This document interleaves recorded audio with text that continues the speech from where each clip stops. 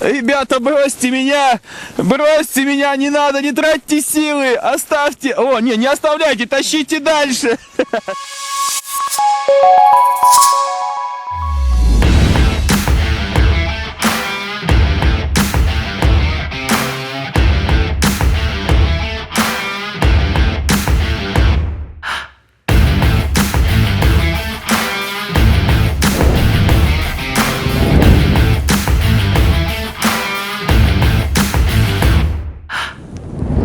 Друзья, здравствуйте, Арктика, Мурманск, Дмитрий Качалов с вами. Я выбрался в лес для того, чтобы показать вам, как выживать в лесу. Но, если честно, я выживать не умею. Я взял с собой настоящего мастера по выживанию, человека, который знает, как выжить в любых условиях. Со мной сегодня Артем. Артем расскажет, как надо действовать, как вести себя в лесу. Артем, привет. По-зимнему здороваемся. По-зимнему. Потому что надо экономить тепло, да, беречь его. Ну смотри, мы с тобой пришли в лес, вот здесь какая-то поляночка, камешек. Что нужно сделать в первую очередь? Я думаю, побросать рюкзаки и кинуться в снежок, там, валяться. Ну, самое первое, это надо нам разместить рюкзаки так, чтобы мы их легко могли взять, и чтобы они не промокли, не потерялись. В общем, чтобы... Подожди, стоп, не промокли, я согласен, они потерялись, это о чем вообще? Вот белый снег, черный рюкзак, в чем проблема? Сейчас светло, но буквально через 20-30 минут может стемнеть, мы этого не заметим, и потом будем в поисках искать, где же наши вещи. Поэтому надо обязательно грамотно расположить наши вещи так, чтобы мы знали, где они находятся.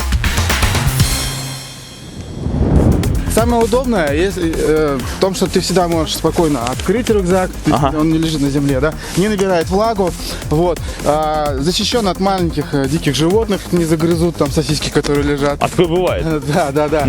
Вот, и самое интересное, что когда что-то случится, хватаешь и убежал. Если вдруг пришло дикое животное какое-то, которое тебе мешает выживать спокойненько. Ага.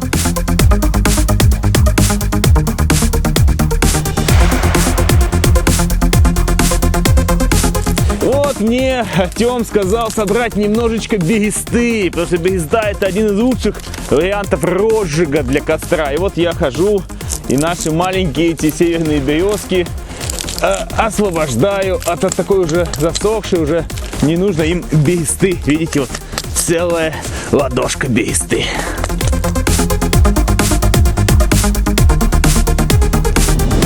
Чтобы огонь разгорелся, нам нужно расщепить наши дрова на маленькие такие деревяшки. Огонь начинает гореть с малого.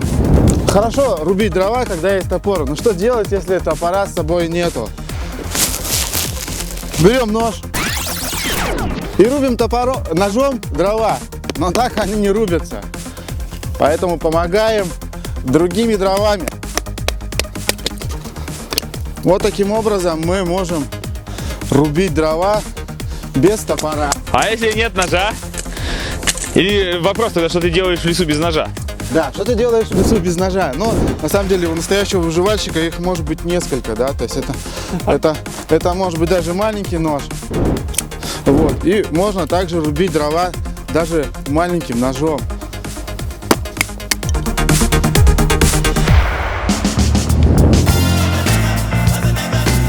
Тут Артем мне рассказал, что спички и зажигалка — это то, что не стоит с собой брать в лес, потому что они могут отсыреть, зажигалка при минус 10, ты сказал, не работает. А чем же тогда разводить костер? Нет, конечно, стоит смысл брать, просто надеяться на них 100% не стоит. Нет. Ага. Но есть маленький лайфхак, конечно, да, то есть можно зажигалку взять, но обязательно положить в пакетик, да. Это нужно чего? Чтобы, если ты упал в водоем какой-то, чтобы она не намокла, это мог быстренько открыть и разжечь костер. Но бывает так, что на улице сильный мороз, минус 25, вот минус 20, и зажигалка дает сбой, отказывается работать. Но есть всегда безотказный инструмент любого выживальщика, да. Где у него находится какая-то вот такая вот штука, это называется огниво, да? Кремень, да. А чем высекается, получается, вот этим вот инструментом? Да. То есть металлическая открывашка и кремень. Вот он, то самое огниво. Можно его, используя, высекать искры. У меня, конечно, это получается не очень, скажем так, качественно, потому что я еще не сильно натренировался, но что-то там выбивается. Значит, как все работает? Можно, конечно, с помощью кресала выжигать, да? Вот. Но мне, например, комфортнее, потому что я всегда вооружен ножом. Первый свой костер я разводил 2 часа. 2 часа, это, конечно, многовато. Я счищаю. Для чего? Для того, чтобы искры схватились за вот эту стружку, и площадь нашего огня начального была больше, да.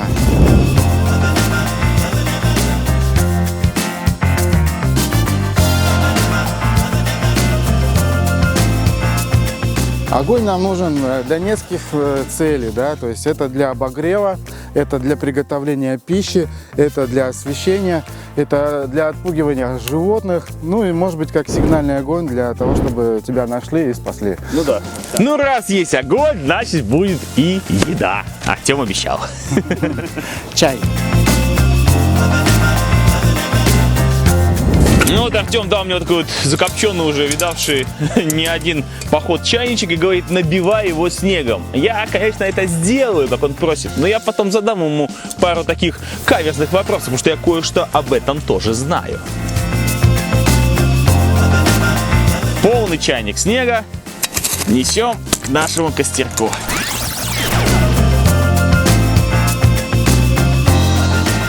Все, ждем чай.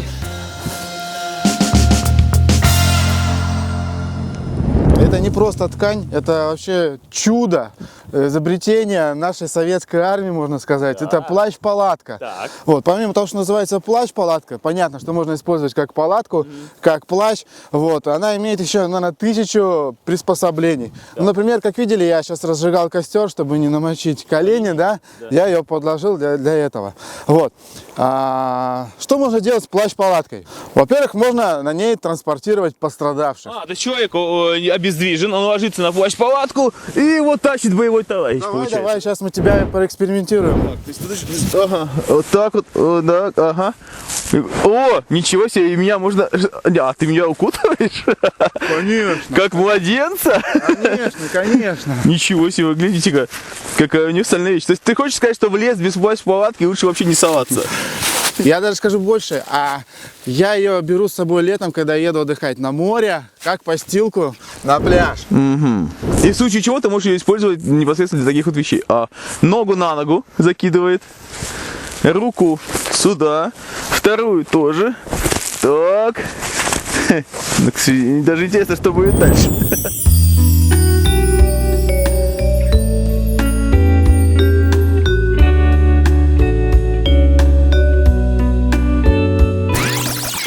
Еще можно использовать для переправы через водоем нашу плащ-палатку. Вот, для этого мы берем, кладем наши рюкзаки. Но когда ты идешь в поход, идешь в лес, ты должен еще грамотно собирать вещи в рюкзак. В любом случае ты должен брать запасной комплект одежды. Каждую вещь кладем в отдельный мешок. Лучше даже в 2 мешка, да? Это нужно для чего? Для того, что у тебя может даже рюкзак упасть в какой-то водоем, намокнуть, и все твои вещи будут сырые. Чтобы они были сухие, кладем обязательно их в пакет. Каждый, все носки, перчатки, все заворачиваем в такой пакет.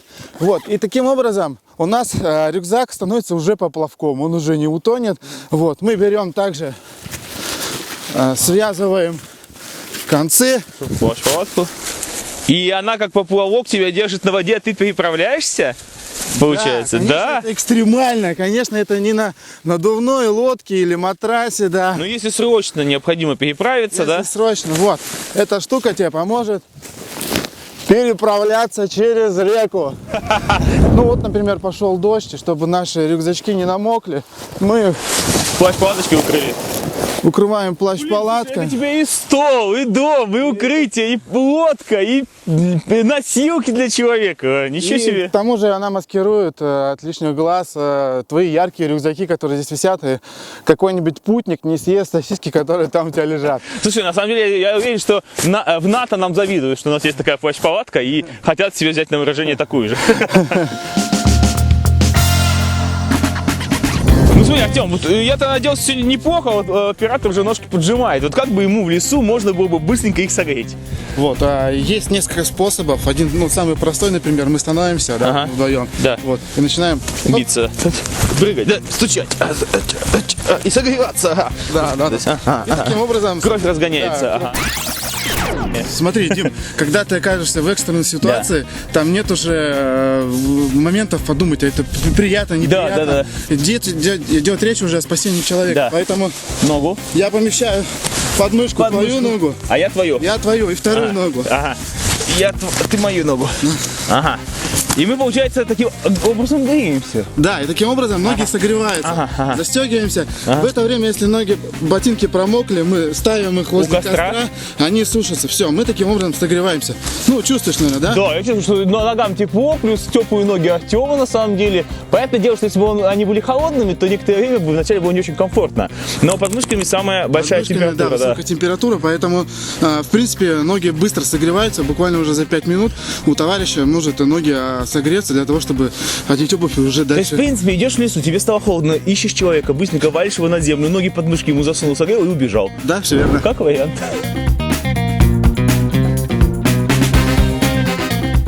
Некоторые рекомендуют Обтираться снегом. обтираться снегом. Но это не очень хорошо. Абсолютно, абсолютно запрещено. Потому что кожу можно поцарапать, повредить, да еще хуже станет, правильно? Снег ни в коем случае не обогреет руки.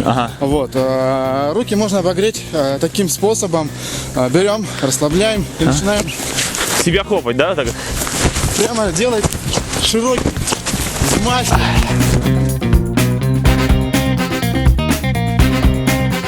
Таким образом кровь А вот смотри уже, да? да, начинает приливать к пальцам, начинает согреваться. То есть Этого достаточно, чтобы найти перчатки или уже там развести костер и уже обогреть руки с помощью Ну, огня. в принципе, это лайфхак даже для людей на остановке. Стоишь долго, нет транспорта, стоишь такой, и вот так вот делаешь. Не думайте, это не сумасшедший, это человек греет себя. Подходит человек, у меня ноги замерзли, раздевайся. Давай засовываешь.